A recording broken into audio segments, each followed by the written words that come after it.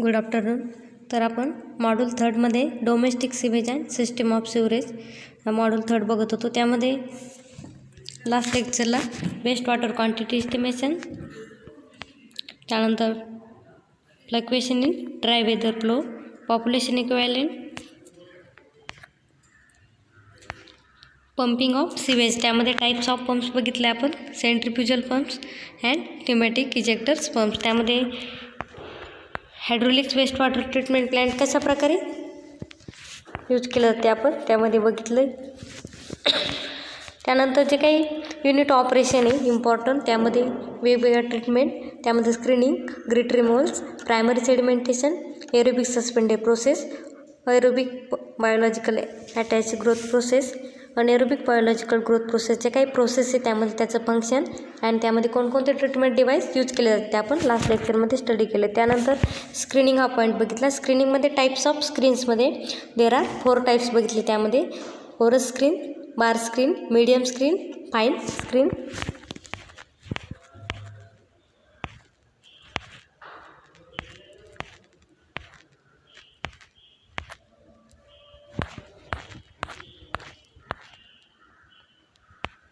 त्यानंतर next point बघायचा आपल्याला आजच्या लेक्चरमध्ये, classification of micro organism.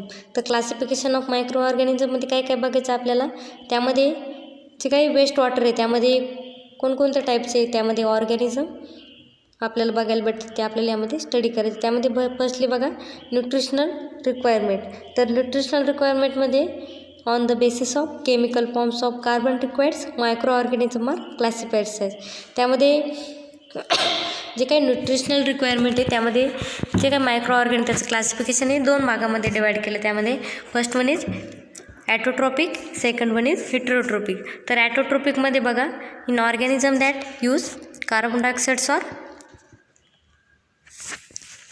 SO3- as their source of carbon. तर ॲटोट्रॉपिक्समध्ये त्यामध्ये जे काही ऑर्गॅनिझम त्यामध्ये ते कोणते सोर्स यूज करतात, कार्बन डायऑक्साईड्स अँड SO3- हे जे काही सोर्स आहे त्यामध्ये यूज केले जातात. त्यानंतर सेकंड टाईप्स आहे हेटेरोट्रॉपिक. तर हेटेरोट्रॉपिकमध्ये बघा organism that use carbon from then organic compounds. तर हेटेरोट्रॉपिकमध्ये जे काही ऑर्गॅनिक कार्बन कंपाऊंड्स त्यामध्ये यूज केले जातात. त्यानंतर त्या एनर्जी रिक्वायरमेंट बघा on the basis of energy sources required then micro organisms are classified as. त्यामध्ये एनर्जी रिक्वायरमेंटमध्ये मायक्रो ऑर्गॅनिझम क्लासिफिकेशन वेगवेगळ्या भागामध्ये बघा. त्यामध्ये firstly phototrophs. In phototrophs between organism that's use lights as their energy source. त्यामध्ये light सोर्समधून म्हणून काय यूज केलं जातं त्यामध्ये एनर्जी सोर्स. त्यामध्ये क्लासिफिकेशन बघा firstly chemotrophs. In chemotrophs between organism that's employ oxidation reduction reaction to provides energy. They are further classified on the basis of chemical compounds oxidized, त्यामध्ये that is electron donor. त्यामध्ये chemo organotrophs and chemo autotrophs असे 2 types आहे. त्यामध्ये firstly बघा chemo ऑर्गॅनोट्रोप्समध्ये organisms that use complex organic molecule as their electron donor. तुझे काही chemo ऑर्गॅनोट्रोप्स हा पॉईंट बघतो आपण. त्यामध्ये जे काही ऑर्गॅनिझम आहे ते कसे ऑर्गॅनिक टाईपचे और इलेक्ट्रॉन डोनर टाईपचे त्यामध्ये यूज केले जातात. त्यामध्ये सेकंड टाईप्स आहे बघा chemo autotrophs. In chemo autotrophs between organism that's use simple inorganic molecule such as hydrogen sulphides और ammonia as their electron donor. तर यामध्ये इलेक्ट्रॉन डोनर म्हणून कोणते एलिमेंट यूज केले जाते, हायड्रोजन सल्फाइड्स अँड अमोनिया हे इलेक्ट्रॉन डोनर त्यामध्ये use केले जाते केमो ॲटोट्रोप्स प्रोसेसमध्ये.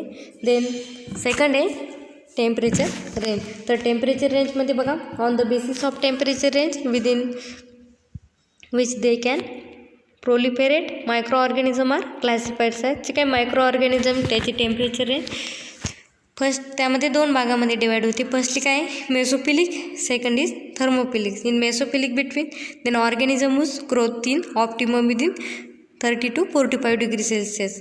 त्यामध्ये टेम्परेचर रेंज किती असते मेसोफिलिकमध्ये, त्यामध्ये ऑर्गॅनिझम ग्रोथ होण्यासाठी त्यामध्ये किती टेम्परेचरची आवश्यकता असते मेसोफिलिकमध्ये 30 to 45 डिग्री सेल्सियस. आणि सेकंड आहे thermophilic. Thermophilic between then organism whose growth in optimum within 45 to 70 degree Celsius. त्यामध्ये थर्मोफिलिकमध्ये ऑर्गॅनिझमची ग्रोथ होण्यासाठी त्यामध्ये टेम्परेचरची किती आवश्यकता असते 45 to 70 degree Celsius.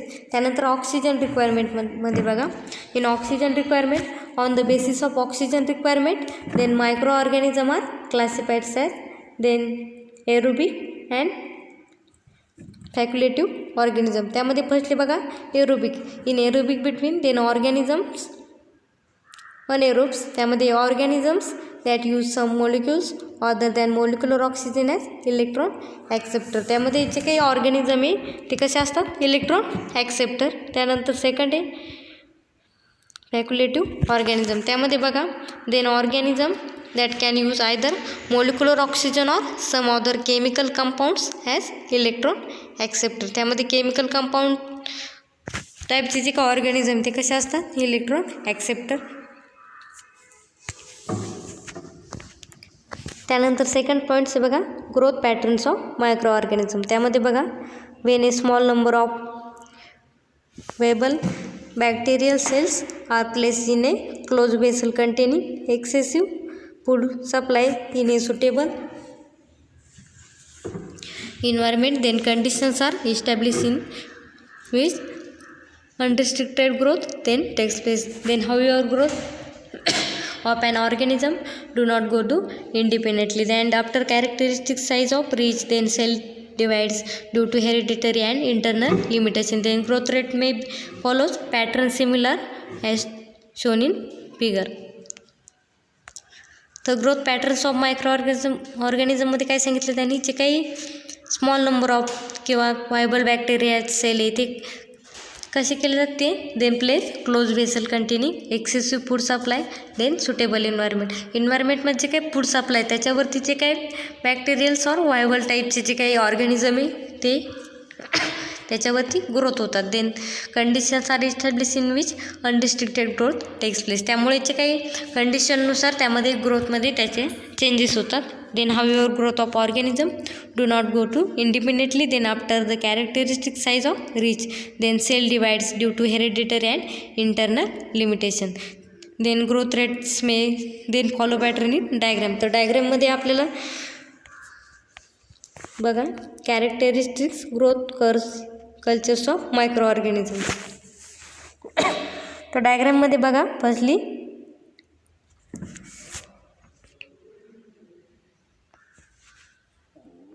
Specific growth rate, त्यानंतर log bacterial density, lag phase, acceleration phase, त्यामध्ये exponential phase, declining growth phase, stationary phase and elongated phase अशा टाईपचे पेज त्यामध्ये यूज केले जातात. तर डायग्राममध्ये जे काही एक्सप्लेनेशन ते बघा. Then curve shown may be divided into 6 well defined phase. तर त्यांनी काय सांगितलं, जे काही डायग्राम त्यामध्ये किती पेज बघायला भेटतात आपल्याला, टोटल 6 पेज. त्या कोणकोणते आहे बघा. फर्स्टली काय लॅग पेज. तर लॅग पेजमध्ये बघा adaptation to new environment, long generation time and null growth rate. तर लॅग पेजमध्ये काय इंडिकेट केलं आहे त्यांनी डायग्राममध्ये बघा. लॅग पेज फर्स्टली ठीक आहे फर्स्ट लाईनमध्ये बघायला भेटतं आपल्याला लॅग पेज. लॅग पेजमध्ये सांगितले त्यांनी जे काय ॲडॅप्टेशन न्यू इन्व्हायरमेंटल आहे त्यामध्ये long generation time then null growth rate. त्यामध्ये त्याचा जनरेशन टाईम कसा आहे, लॉंग जनरेशन टाईम्स आहे. त्यानंतर सेकंड आहे असल्ट्रेशन पेज. तर असल्ट्रेशन पेज जी काय लॅग पेजच्या बिलोला आहे बघा. Then decreasing generation times and increasing growth rate. त्यामध्ये काय सांगितलं त्यांनी असल्ट्रेशन पेजमध्ये, त्यामध्ये जनरेशन टाईम्स काय होतो डिक्रीज होतो आणि ग्रोथ रेट काय होतो इन्क्रीज होतो. त्यानंतर थर्ड आहे एक्सपोन्शियल पेज. तर एक्सपोन्शियल पेजमध्ये बघा then minimal and constant generation times, then maximals and constant specific growth, then rate and maximum rate of substrate conversion. जे काही थर्ड पेज आहे बघा एक्सपोन्शियल पेज, त्यामध्ये सांगितलं त्यांनी त्यामध्ये जे काही कॉन्टॅक्ट जनरेशन टाईम्स आहे, त्यानंतर maximal and constant specific growth rate and maximum rate substrate त्याचं कन्व्हर्जन होते. त्यानंतर थर्ड आहे डिसिक्लिनिंग ग्रोथ पेज. तर डिसिक्लिनिंग ग्रोथ पेजमध्ये बघा then increasing generation times and decreasing specific growth rate due to the gradual decreases in substrate, then concentration and increase accumulation of toxic metabolite. त्यानंतर fifth आहे stationary phase. डायग्राममध्ये बघा stationary phase. तर stationary पेजमध्ये बघा then exhaustion of the nutrients, then high concentration of toxic metabolites and the cells in the state suspended animation. Stationary पेजमध्ये काय सांगितलं, त्यामध्ये हाय कॉन्सन्ट्रेशन रेंज, त्यामध्ये टॉक्सिक मेटाबॉलिट आणि सेल्स कसे असतात, सस्पेंडेड ॲनिमेशन टाईपचे असतात. त्यानंतर थर्ड सिक्स्थ पेज बघा एंडोजनस पेज. तर endogenous metabolism, high death rate and cell lysis. तर जी काही लास्ट पेज बघा एंडोजनस पेज, त्यामध्ये त्यांनी काय सांगितलं, त्यामध्ये त्याची जी काही एंडोजनस मेटाबॉलिझम आहे देन हाय डेथ रेट, त्याची रेट कशी हाय. तर अशा प्रकारे characteristic growth curves of cultures of micro organism कशा प्रकारे ग्रोथ होते, त्यामध्ये कोणकोणत्या पेजेस आपण यामध्ये स्टडी केल्यात ग्रोथ पॅटर्न ऑफ मायक्रो ऑर्गॅनिझममध्ये. त्यानंतर नेक्स्ट बघा नेक्स्ट आहे ॲक्टिवेटेड स्लज प्रोसेस. तर ॲक्टिवेटेड स्लज प्रोसेसमध्ये फर्स्टली डायग्राममध्ये बघा flow sheets of an activated sludge system. तर डायग्राममध्ये काय सांगितलं त्यांनी, primary treatment and secondary treatment अशा दोन ट्रीटमेंट त्यामध्ये यूज केल्या जातात ॲक्टिवेटेड स्लज प्रोसेसमध्ये. त्यामध्ये फर्स्टली प्रायमरी ट्रीटमेंटमध्ये बघा देन फर्स्टली काय केलं जातं, रॉ वेस्ट घेतलं जातं, कशाकडे स्क्रीनिंगकडे पाठवले जातं. फर्स्टली स्क्रीनिंग प्रोसेस त्यामध्ये होती, त्यानंतर ते ग्रीडकडे सप्लाय केले जाते.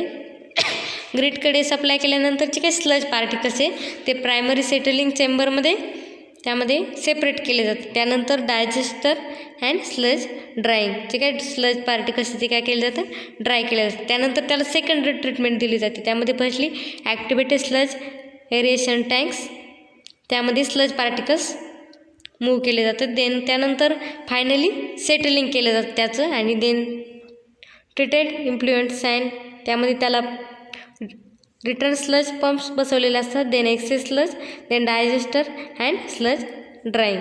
अशा प्रकारे स्लज ड्राईंगमध्ये फर्स्टली ॲक्टिवेटेड स्लज प्रोसेसमध्ये प्रायमरी ट्रीटमेंट यूज केले जाते, त्यानंतर सेकंडरी ट्रीटमेंट. त्यामध्ये बघा एक्सप्लेनेशन,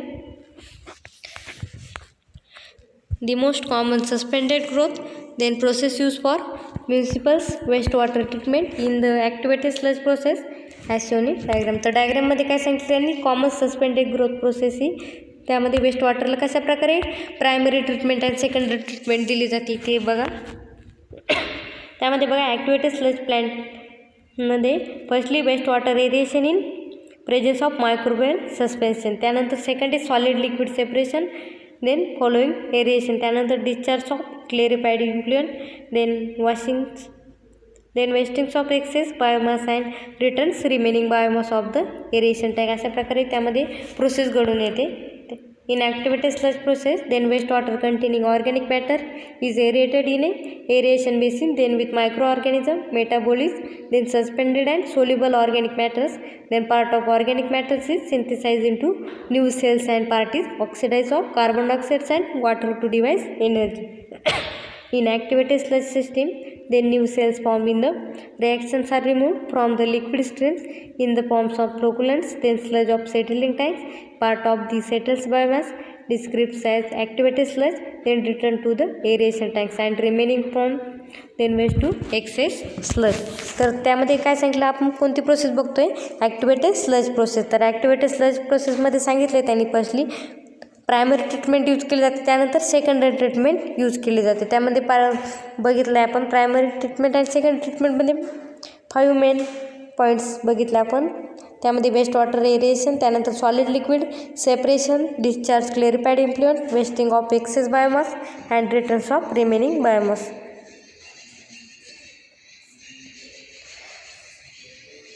त्यानंतर नेक्स्ट बघायचं आहे मिक्सिंग रिजिमा. तर मिक्सिंग रिजिमामध्ये बघा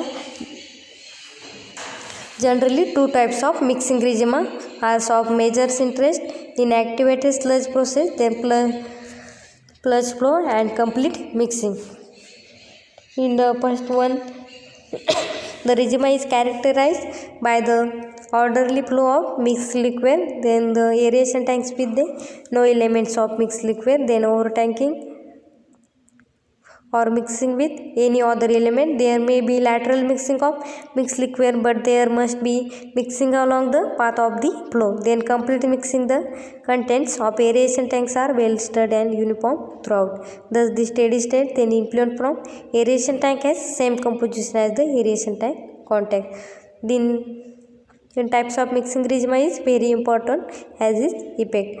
तर काय मिक्सिंग रिजिमा हा पॉईंट बघतो आपण. त्यामध्ये काय सांगितलं त्यांनी 2 टाईपचे मिक्सिंग रिजिमा त्यामध्ये यूज केले जाते. त्यामध्ये प्लच फ्लो अँड कंप्लीट मिक्सिंग असे 2 टाईपचे त्यामध्ये रिजिमा यूज केले जातात. त्यामध्ये फर्स्टमध्ये काय केलं जातं then regime is characterise by orderly flow of mix liquor with aeration tanks. Firstly काय केलं जातं फर्स्ट रिजिमामध्ये प्लच फ्लोमध्ये त्यामध्ये जे काही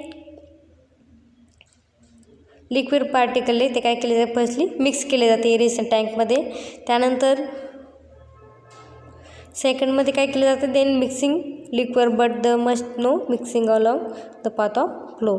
त्यानंतर complete mixing content aeration tanks as well stirred and uniform throughout. ते मिक्स झाल्यानंतर काय केलं जातं लास्टला ते स्टर केलं जातं. त्यानंतर then the at steady state then the influence from the aeration tank has the same composition as the aeration tank content. त्यामध्ये बघा टाईप्स ऑफ मिक्सिंग ऑफ रिजिमामध्ये कोणकोणते अफेक्ट्स आहे बघा इम्पॉर्टन्स. त्यामध्ये firstly oxygen transfer requirement in the aeration tanks. त्यानंतर susceptibility of the biomass of shock slopes. Then third is local environmental condition in the aeration tanks. Fourth is the kinetic governing the treatment process. अशा प्रकारच्या 4 treatment mixing रिजिमा त्यामध्ये use केल्या जातात. त्यानंतर आहे flow scheme. In flow scheme involves then the patterns of sewage addition, then the pattern of sludge return to the aeration tanks. Third is the pattern of aeration. तर त्यामध्ये अशा flow होण्याच्या men's semi काय आहे त्यामध्ये the patterns of sewage addition, the pattern of sludge returns to the aeration tank. Third आहे the pattern of aeration. त्यामध्ये बघा firstly then sewage addition may be at the single points at the inlet and or it may be several points along the aeration tanks. तर त्यामध्ये काय सांगितलं त्यांनी जी काही sewage addiction ती कशी सिंगल पॉईंटमध्ये त्यामध्ये इनलेट एंडच्या may be several points along the aeration tank एरिएशन टँकमध्ये त्यामध्ये त्याची ॲडिक्शन केली जाते. Then sludge returns may be directly from the settling tanks to the aeration tank. त्यामध्ये जे काही स्लज बसवलेले असतात ते कुठे बसवलेले असतात then directly from the settling tanks then aeration tanks to the sludge aeration tank. Then aeration may be uniform rate or it may be varies from the heads of the aeration tank to the end. Aeration टँकच्या एंडला जे काय केले जाते त्यामध्ये sludge बसवलेले जातात.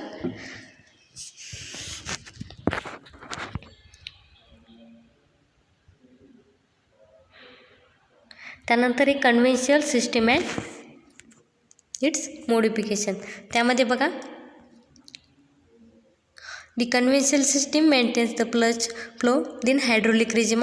Over there, several modifications to the conventional system have been developed to the meet specific treatment. Then objective in steps aeration settles. Sewage is introduced at the several points along the tank length, then which produces more uniform oxygen demand throughout. Then tapered aeration attempt to the supply air to the match oxygen demands along the length of the tank. Then contact stabilization provides for the reaceration of the return activated sludge from the final clarifier, then which allow the smaller aeration or contact tank. Then completely mixed process, then at the instantaneous mixing of the influence waste and return sludge with the entire contents of the aeration tank. Then extended aeration process then operates at the low organic loads, then producing lesser quantity of well stabilized sludge.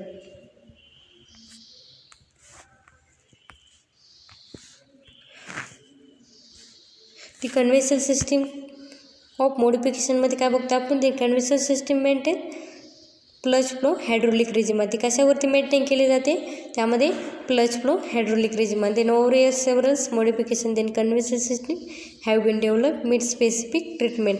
त्यामध्ये वेगवेगळ्या treatment त्यामध्ये दिले जातात. त्यामध्ये first बघा step aeration, then त्यानंतर tapered aeration, त्यानंतर contact stabilisation and lastly completely mixing, अशा त्यामध्ये जे काही प्रोसेस त्यामध्ये दिले जातात.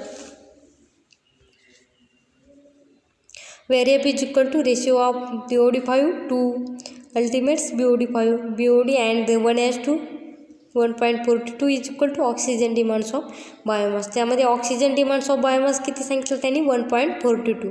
त्यानंतर बघा the formula does not allow the nitrification but allow only the carbonaceous BOD removal.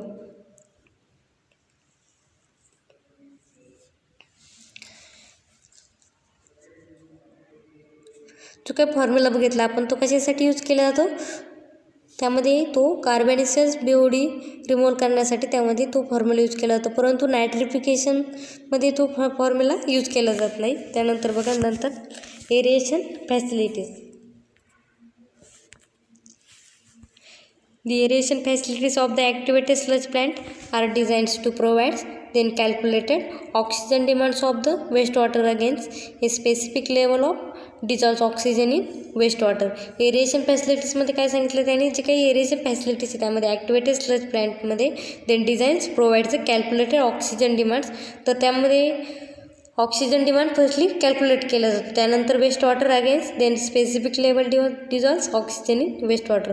Firstly त्यामध्ये काय कॅल्क्युलेट केलं जाते की ऑक्सिजन डिमांड्स आहे तो काय कॅल्क्युलेट केला जातो वेस्ट वॉटरमधला. त्यानंतर dissolved oxygen in waste water तो त्यामध्ये कॅल्क्युलेट केला जातो. आत्ता बघितला आपण त्या फॉर्म्युल्याने.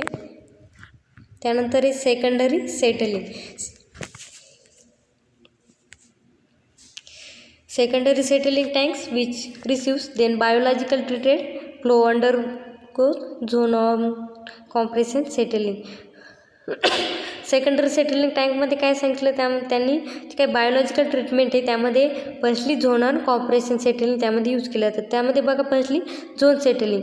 झोन सेटलिंगमध्ये बघा then occurs behind the certain concentration when the particles are close enough then together the inter particulates then forces may be hold the particles mix relative to one another so that the whole mass tends then settle has single layer of blanket then sludge. Then rate of the sludge blanket settles can be determined by timing its position in the settling column test then whose results can be plotted as shown in figure. तर त्यामध्ये काय सांगितलं त्यांनी secondary settling प्रोसेसमध्ये firstly zone settling process use केली जाते. त्यानंतर compression settling त्यामध्ये झोन सेटलिंगमध्ये काय सांगितलं त्यांनी then certain concentration when particles are close enough. तर झोन सेटलिंगमध्ये पार्टिकल्स फर्स्टली क्लोज केले जातात. देन कशात इंटरपर्टिक्युलेट पोर्स त्यामध्ये इंटरपर्टिक्युलेट पोर्स त्याच्यावरती अप्लाय केलं जातं. देन त्या कशासाठी त्यामुळे काय करतात ते hold the particles fix relatively to one another. तर एकामागून एक जे काही पार्टिकल्स येतात ते होल्ड करून ठेवण्यासाठी त्यामध्ये त्याच्यावरती इंटरपर्टिक्युलेट फोर्स सप्लाय केला जातो. Then whole mass tends to the single layers blanket then sludge. Then the rate of the sludge blanket then settles can be determined by timing the position of settling column test with the results to plotted the diagram. तर त्यामुळे जो काही त्यामध्ये zone settling आपल्याला zone दिसतात ते डायग्राममध्ये draw करायचे. त्यानंतर सेकंड हे compression settling. Then compression settling between may occurs at the bottom of the tanks. Then particles are in such the concentration as to be the physical contact with one another. Then weights of particles is partly supported by the lower layers of particles. Then leading the progressively greater compression within depth and thickness. Then sludge. Then from the settling column test, the limiting solids flux required to reach any desired underflow concentration can be estimated from which the required tank's area can be computed.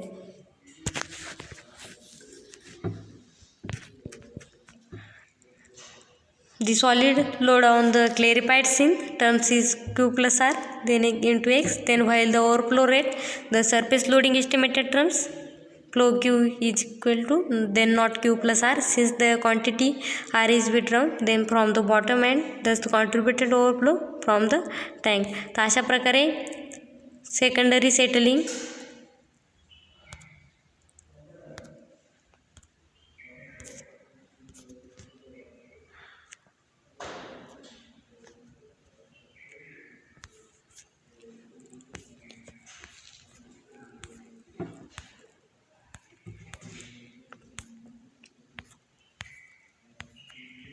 त्यानंतर next बघा sludge recycle. Sludge रिसायकलमध्ये बघा then MLS concentration in the aeration tank is controlled by the sludge recirculation rate and the sludge settleability and thickening in the secondary sedimentation tank. त्यामध्ये formula आहे बघा QR is equal to X then Q is equal to XR where QR is equal to sludge recirculation rate is MQ by D.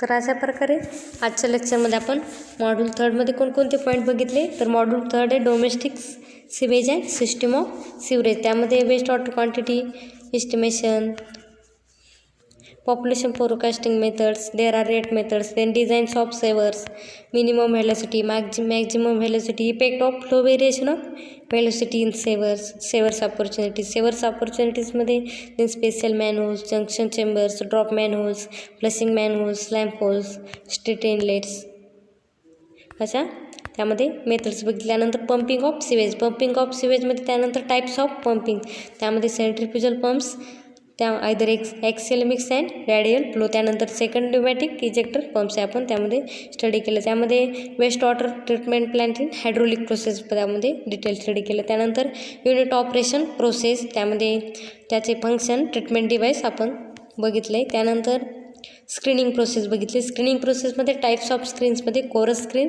Bar screen, medium screen and fine screen अशा 4 important types आपण त्यामध्ये बघितले. त्यानंतर velocity, त्यामध्ये equalisation tank, types of equalisation tanks, grit chamber, types of grit chamber, then aerated grit chamber, principles of working grit chambers, types of velocity control device, primary sedimentation, classification. आणि आजच्या लेक्चरमध्ये आपण कोणता पॉईंट बघितला, classification of micro organism. Classification of micro ऑर्गॅनिझममध्ये nutritional requirement, त्यानंतर energy requirement, त्यामध्ये त्याची टेम्परेचर रेंज, त्यानंतर ऑक्सिजन रिक्वायरमेंट असे पॉईंट आपण त्यामध्ये स्टडी केले. त्यानंतर ग्रोथ पॅटर्न्स ऑफ मायक्रो ऑर्गॅनिझममध्ये जे काही इम्पॉर्टंट चार्ट्स बघा, characteristics of growth curve of cultures of micro organism, त्याचे काही इम्पॉर्टंट 6 पेज आहे ते आपण यामध्ये स्टडी केले. कोणकोणते, lag phase, acceleration phase, exponential phase, declining growth phase, stationary phase, endogenous phase असे जे काही इम्पॉर्टंट पेज आहे ते आपण यामध्ये बघितले. त्यानंतर ॲक्टिवेटेड स्लज प्रोसेस, तर ॲक्टिवेटेड स्लज प्रोसेसमध्ये फ्लो चार्ट बघितला बघा, flow sheets of activated sludge process. जे काय ॲक्टिवेटेड स्लज प्रोसेस ते कोणकोणत्या घटकावर आधारित, त्यामध्ये फर्स्टली प्रायमरी ट्रीटमेंट आणि सेकंडरी ट्रीटमेंट, त्यामध्ये कशा प्रकारे यूज केलं जातं ते आपण बघितले कशात, ॲक्टिवेटेड स्लज प्रोसेस. त्यानंतर मिक्सिंग रिजिमामध्ये याचे काही 2 इम्पॉर्टंट प्रोसेस आहे बघा, फ्लज फ्लो अँड कम्प्लीट मिक्सिंग, त्या आपण यामध्ये स्टडी केल्या जातात. त्यानंतर conventional system and it's modification, हे पॉईंट्स आपण त्यामध्ये स्टडी केले.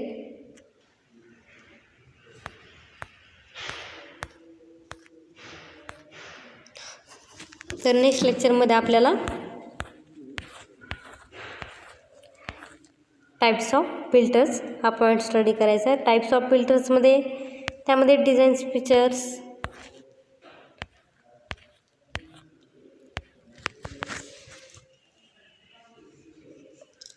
त्यानंतर प्रोसेस डिझाईनमध्ये जे काही प्रोसेस हे स्प्रिंकलिंग फिल्टरची ती आपल्याला डिटेल बघायची नेक्स्ट लेक्चरमध्ये. त्यामध्ये जे काही ऑदर एरोबिक ट्रीटमेंट यूज केले जातात, stabilisation ponds, aerated oxidation ditches, anaerobic treatment त्यानंतर fundamental microbiology, then anaerobic reactors, डिसिडल मॅनेजमेंट, हा पॉईंट आपल्याला नेक्स्ट लेक्चरमध्ये स्टडी करायचा.